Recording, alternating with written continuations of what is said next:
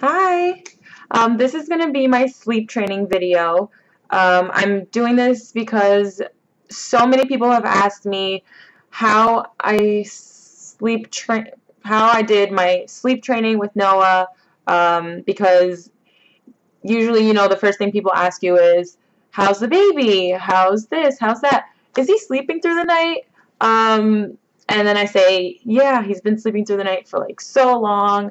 I have him on this schedule, blah, blah. And they're like, oh my God, like, how'd you do that? And I always tell them to buy this book, which this video is kind of going to be based off of everything I learned in this book. It's honestly like, it's the truth. The book is called 12 Hours Sleep by 12 Weeks, and it is by Susie Giordano. You can buy it anywhere on Amazon, Barnes & Noble. I think Barnes & Noble website has it. If I find it, I'll put the link below. It's just, everyone should read it, seriously. And yeah, so keep watching if you want to learn more.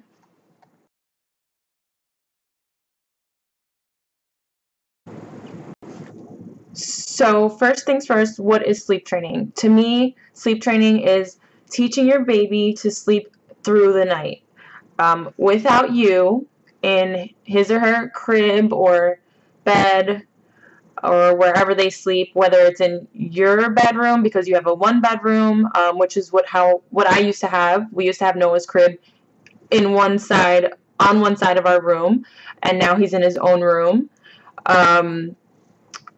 Whether you have, one room or two rooms or whatever, the baby sleeps through the night. They don't need you to cuddle with them all night to be able to sleep. They can sleep on their own.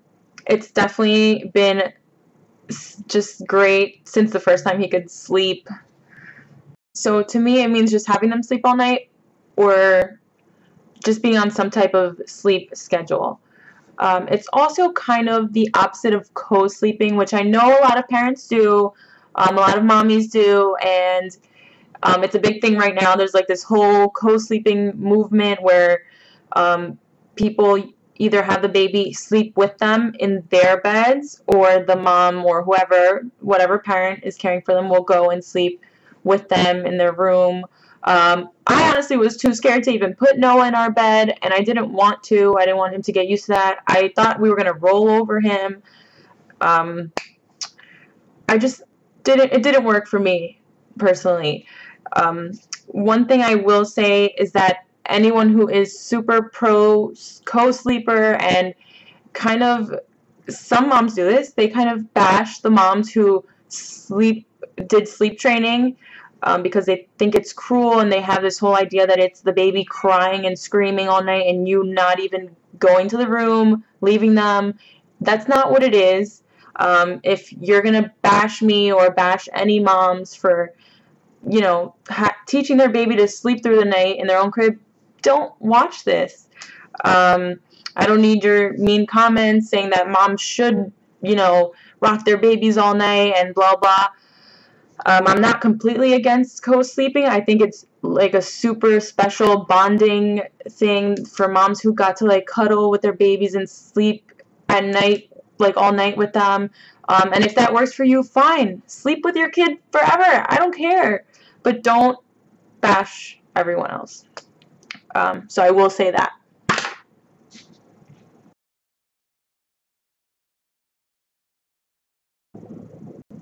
Okay, so the first thing the book kind of gives is some background info, that says babies by a certain weight and age, they should be able to physically sleep through the night for 12 hours. So from, for example, 8 to 8 or 7 to 7, with no night feedings. And even if the baby wakes up a little earlier, like say their bedtime is 8 and the 12-hour span is 8 to 8, say they wake up at 7:30, they should be able to, play quietly in their bed until you're ready to take them out of the bed.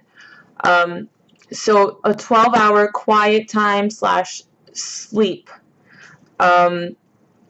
and this uses it's something between the cried out solution, which is the extreme, let the baby cry, don't go touch a baby, you know, and the no cry solution, which is you don't let the baby cry at all. You go immediately, take the baby out of the crib and rock them till they fall back asleep. It's somewhere in the middle. Okay, so what this book calls it is the limited cry solution, where you literally, if the baby does cry, you let them cry for 3 to 5 minutes. When you go in, it's nighttime, so you're not going to go in and talk loud or pick the baby up. You're going to put your hand on the baby's belly, talk to him in a soft, like, nighttime voice, and calm them down. And you're going to walk out again. If the baby's crying uncontrollably and you think something's really wrong, pick up the baby. That's fine. This is not supposed to be torture. That's kind of the method that they use for any crying that happens during this whole sleep training experience.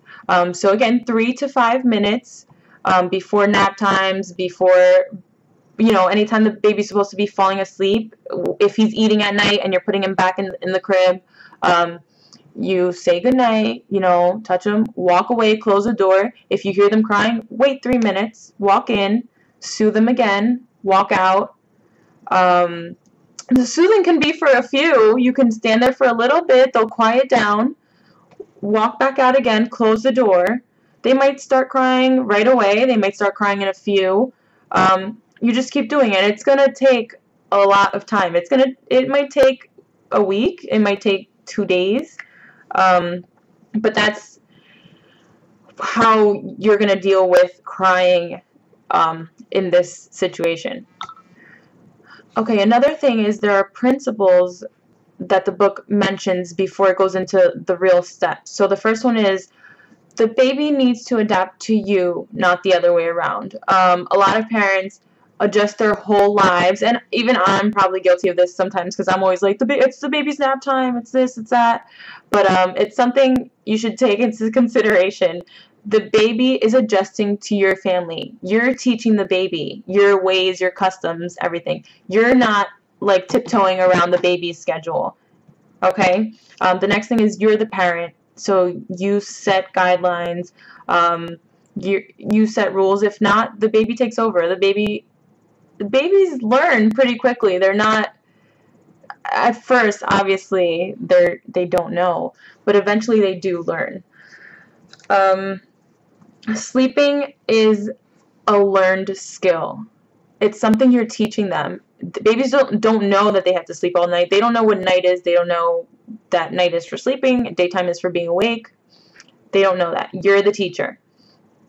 The last principle is sleep training takes hard work and commitment, and I can tell you that it does. It took me a few weeks, I think, to get it straight, and even after that, there's always setbacks. Noah slept for maybe a month all through the night, and then he woke up for like 2 weeks straight every night. There's just times where they're teething or anything could be wrong with them, and there's going to be setbacks, but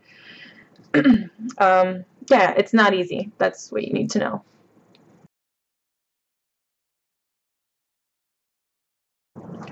Benefits. So there are benefits to sleep training, as you probably know, right? So there's little crying involved. Like I said, this is somewhere between the let them cry and the go pick them up, stay with them all night thing. This is somewhere in the middle. It's literally only a few minutes. You can decide if you want to go the full 5 or just do 3. It's not torture. Babies who sleep are happier babies. They're less cranky during the day. You get sleep. You need it. You're tired, right? Another benefit is it's a predictable schedule. So when the baby's napping, this book also goes into napping and the napping schedule as well. When the baby's napping, you can do things. You can go wash your hair. You can go to the bathroom. You can eat. That's always fun.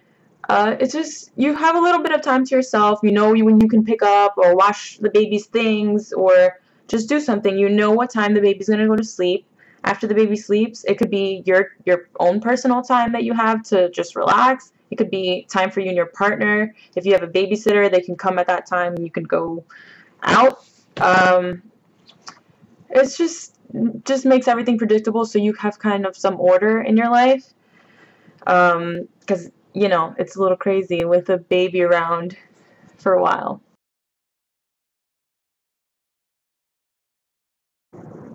So when do you start sleep training?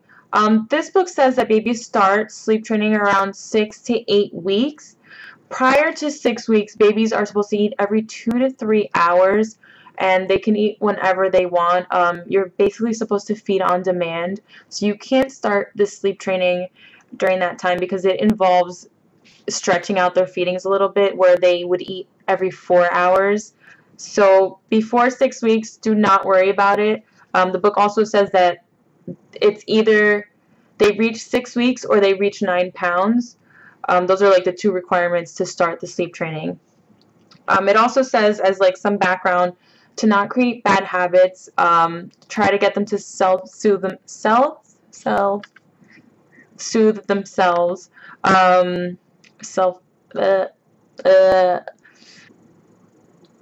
Anyway, sometime after the 6 weeks is when you're gonna start stretching out the feedings. Um, Then it says between 6 and 8 weeks, most babies go through like this fussy, crazy period where they don't really recommend you start any schedules or, you know, start trying to get your baby to sleep through the night, because it's just kind of like a rough patch for them. So after 8 weeks is where you can really start your sleep training. Like I said, if your baby is heavier and older, you can start a little earlier, around 6 weeks, but 8 weeks is ideal. Another thing you need to know before you start is there's this thing called a toolbox, which this is just the term she uses in the book. You're going to have a daytime toolbox and a nighttime toolbox. The toolbox during the day includes pacifiers, toys, just tools to keep the baby calm and awake, because you're trying to get the baby into like a certain bedtime. So you'll see if the baby gets tired a little earlier, give them some toys. It says a bouncy seat, just little games and things that will keep them awake a little bit longer. That way they'll sleep, you know, instead of 6 o'clock at night and then they'll wake up at 5 a.m., you can get kind of stretch it out and get them to sleep at 7, so they'll wake up at 7. So you're not up at, you know, 5 or 6. They also mention a nighttime toolbox that's a pacifier, one of those little like music or nighttime sound machines, putting your hand on their tummy, whispering to them. These are just things you can use to soothe them at night. So those are things you're going to keep in mind during this training.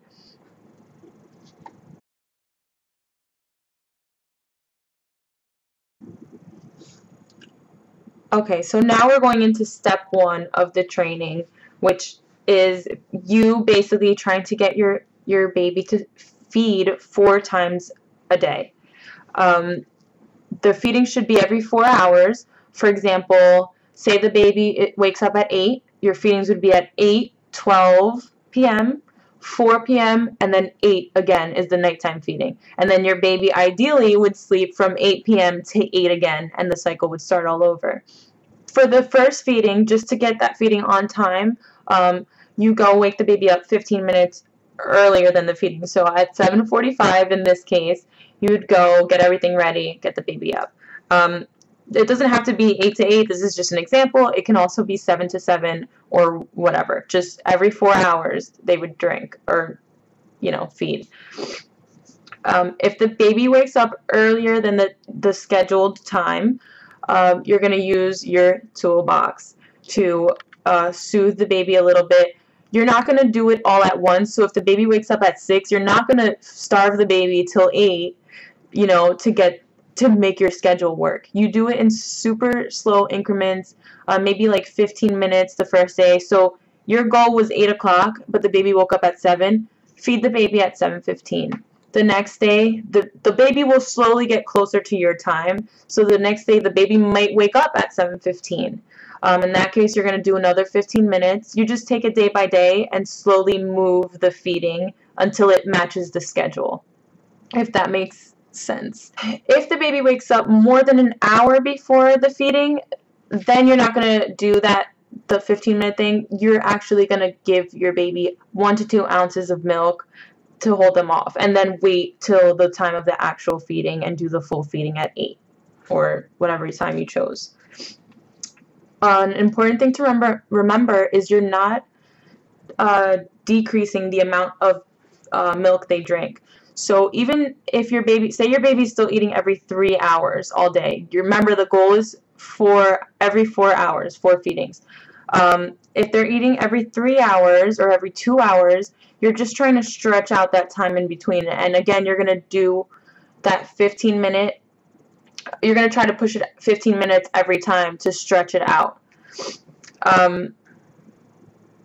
So yeah, you're not feeding them less, you're feeding them the same amount total, but more in the bottles. So say you were giving them 8 bottles throughout the day because they were eating every like few hours or whatever. Now you're only feeding them 4 times, but those 4 bottles have more milk. So they're eating the same, you're not taking away any of their milk from them. Naps. So the nap goal here is the baby's going to take 2 naps a day, one hour nap between their first 2 feedings, so between 8 and 12, and then a 2 to 3 hour nap between 12 and 4, I'm sorry, or whatever time you pick, between their second and third feedings. The baby should not be napping between their third and fourth feedings. You might have to write this down to get it because it's kind of confusing. But 2 naps a day, a 1 hour nap, and about a 2 hour nap.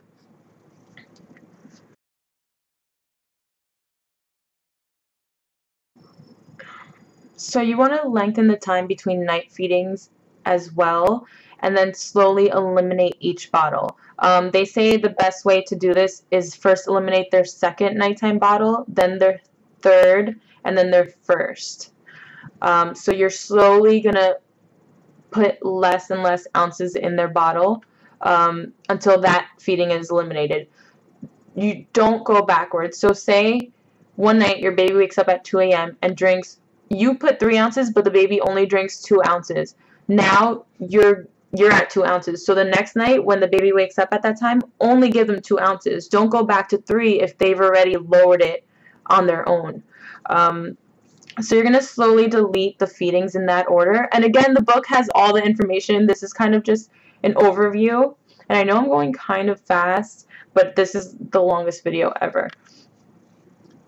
So another thing is that when you go to do the feeding, say your baby wakes up, you want to do your feedings as quietly and like uninterruptive as possible. You don't want to interrupt their sleep. You want them to know that it's still nighttime. So, you know, don't turn on the light. Maybe if you have a little night light so you can see. Don't talk loud to them. Whisper if you have to. Have the bottle ready so they're not like screaming uncontrollably for like a while you're making the bottle. Come feed them, burp them, put them back in the crib. It says that unless their diaper has poop, that you shouldn't change it. I honestly still changed Noah's.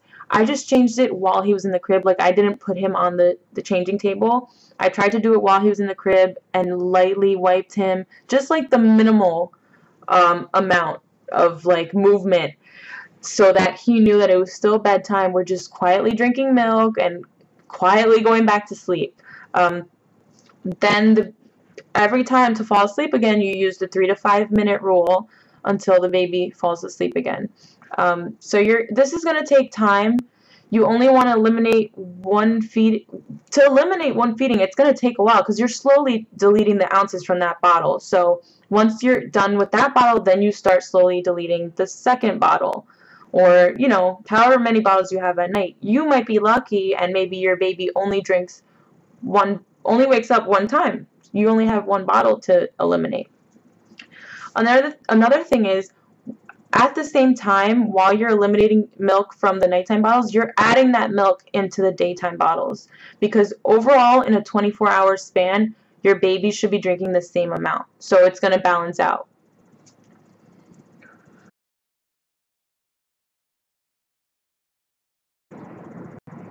Step 3 is making sure that you have 12 hours quiet time.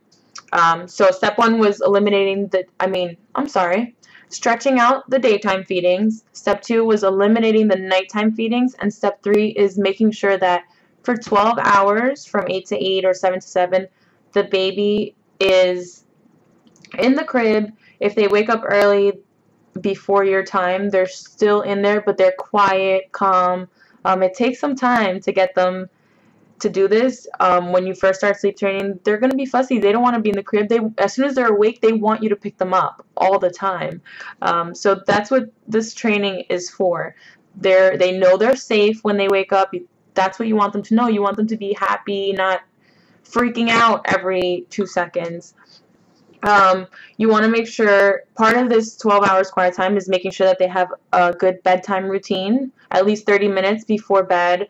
And they say to do at least 5 consistent things each time, like turn on the little music, read a book, change them, give them a bath. That's already 4 things. Do the same 4 or 5 things every night before bedtime. So they know you're trying to differentiate night and day. So now they know it's going to be nighttime now. The last step mentioned in the book is step 4, and it is sleep during the day. So the last thing you do is try to get those 2 naps in during the day. You're going to do like a mini bedtime routine before each nap. Give them... So you do the mini bed, like a smaller version of what you do at bedtime. Do it again right before nap. You're going to use the 3 to 5 minute crying rule again, and eventually they will nap. The sleeping at night and the sleeping during the day kind of go hand in hand. So the better they sleep at night, for me anyway, the better Noah did in his naps. That's pretty much it, and I'm telling you, it does take a while, and you're going to feel like it worked for one day, or the baby's never going to learn this.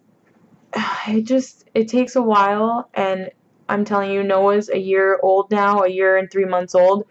He goes to bed at 8 o'clock. I put him in the crib. I kiss him. He looks at me. I say goodnight. He's smiling, still like wide awake, and he lays down, grabs his little fox that he sleeps with, turns around and goes to sleep. He doesn't cry. He doesn't do anything. And the same thing with his naps during the day. It's great. So yeah, that is how it works. Again, the book has way more detail, and it includes information for breastfeeding moms that I didn't read through that part, so I don't know, but it's all the same concept, same toolbox, same 3 to 5 minute thing. So I really recommend the book. I'm going to link it below, and I hope this helped you. And yeah, I hope you found this helpful. If you have any questions, let me know. Thanks for watching.